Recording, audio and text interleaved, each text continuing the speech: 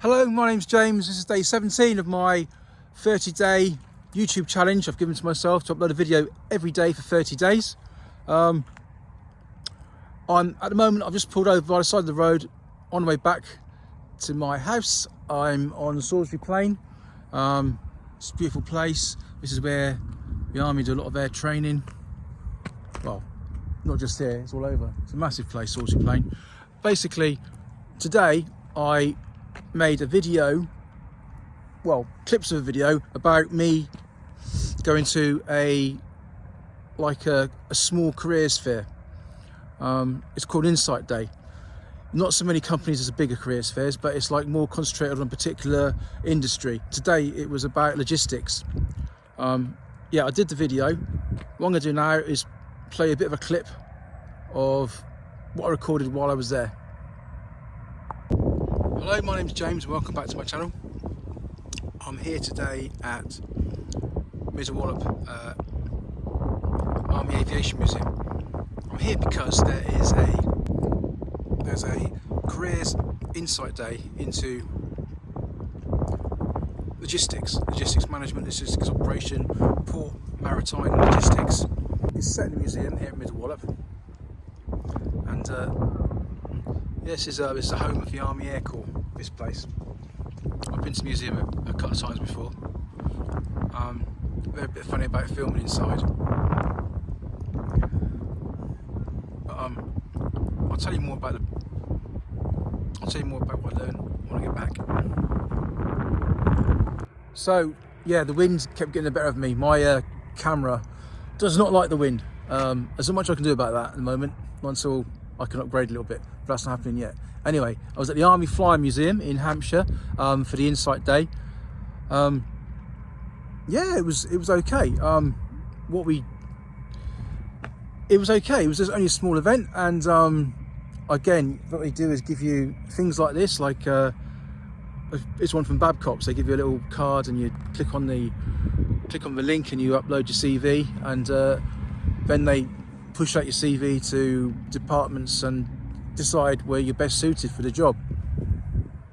I don't really like doing that type of thing, because I like to talk to people directly, and go for like an interview sort of process or something like that, sort of, so you can express yourself and show yourself. But it's the way things are now. It's the way that all these companies are doing it. Not for everyone, definitely not for everyone. But anyway, so while I was there, I had a quick look around the museum as well. I had a sneaky peek. I've been there before, but it's good.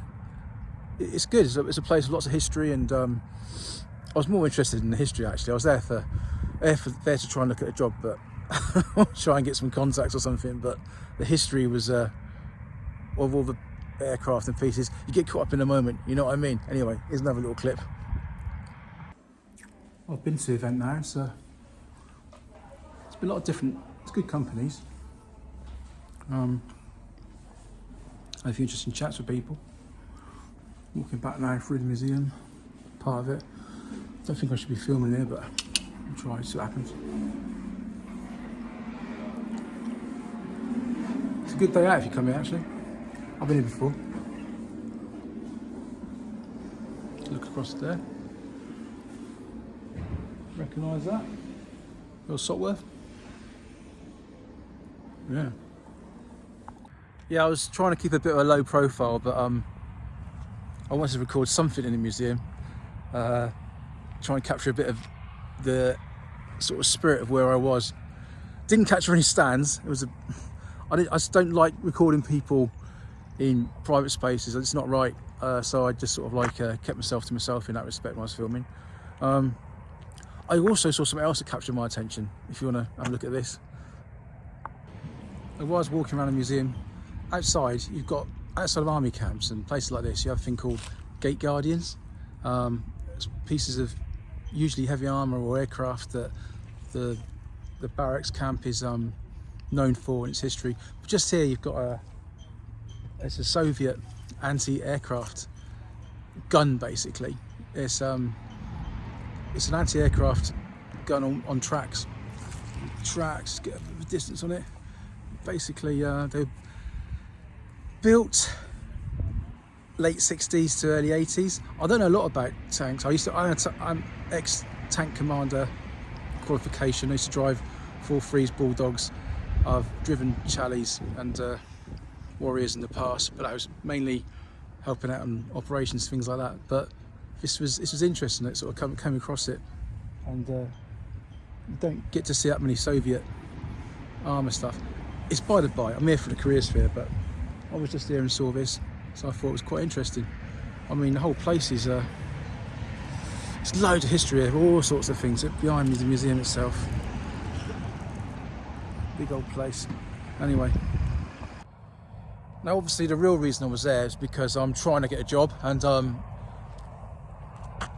going to places like this, I'm hoping to sort of do a bit of networking and do a bit of insight into other options that are out there, companies that are actually looking for work. And so while I was there, I made this little clip to explain 4 of the best companies I felt I spoke to. It's outside, gets a bit windy, but I'll play this clip to you as well. Look, don't even ask me what this is. I've got no idea. Aircraft and all that. Just above me, look, you might see.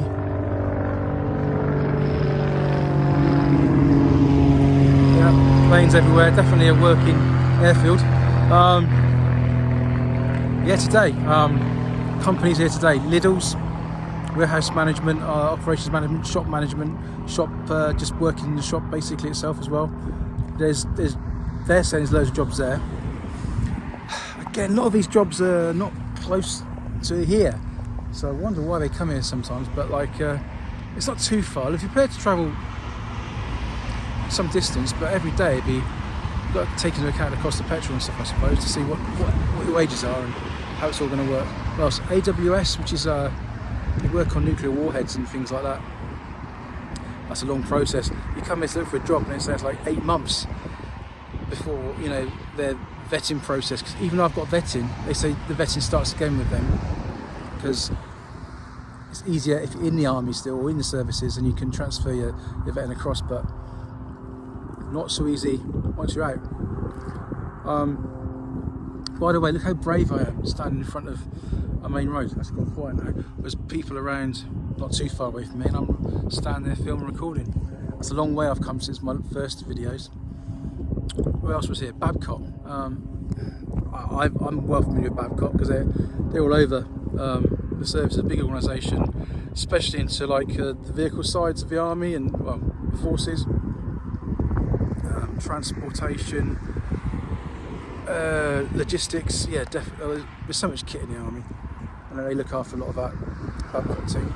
What else? Oh, there's a port. There was a company which looked quite interesting. I've just got the information in my pocket actually, which I might follow up on.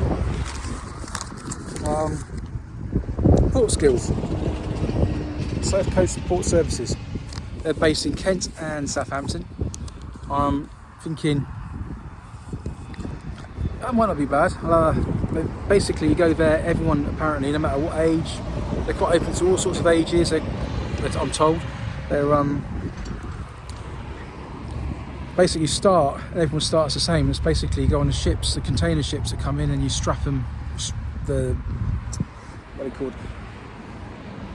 The containers. Basically, you strap the containers down, or you unload the containers. You work with the crane operators, and basically it's quite. You're working at heights a lot of the time, looking over the side, 4-foot drop into the sea or the port. That might be worth looking into. I feel I'm getting a bit too old to be anything too risque, but I might have a look at it. They were the main ones, yeah. Lidl's, AWS, Babcock and the port services. This wasn't a big event by any means. Yeah, the wind saw me off again at the end of that clip, didn't it? But I think of all these things, when you go to speak to these companies at these events, they're all, the information's there, but it's a case of what you do afterwards, how you follow it up, and which ones you decide are the right companies for you, the right feel for you. Obviously you're looking for a job, but I was explaining to someone earlier that every time you do an application form, you have to retailer your CV specifically for that job, because that's the way it works, especially with AI, where they pick out the words that match what's in the advert for the job, and how your CV is written and things like that. So every time I do a CV, I tailor it and do a covering letter, sometimes a personal statement. Sometimes you have to do a when you, so like Indeed, they've got their own application form, and then you get a link to say you have to do another application form for our company. And it, you know, it's not a problem, we do all these, but they take time. There's nothing you can't do, the information's there, but it takes time. So you can't bang out application after application. You have to sort of be conservative with what you actually would like to do, or what you think of the best chance of getting a job. That's just my thoughts on it. But going forward, I have spoken to a couple that because I've got a little bit of a background in construction and sort of maintenance, that sort of thing, and I've got a little bit of work at the weekend now, so that's good. So maybe that's where I should go, just go self-employed, try and do little jobs and things like that to start with, and then do more. But anyway, I just wanted to make this video and put it out there, part of a challenge. Keep going, and hopefully, well, catch you tomorrow. Thank you very much. Bye.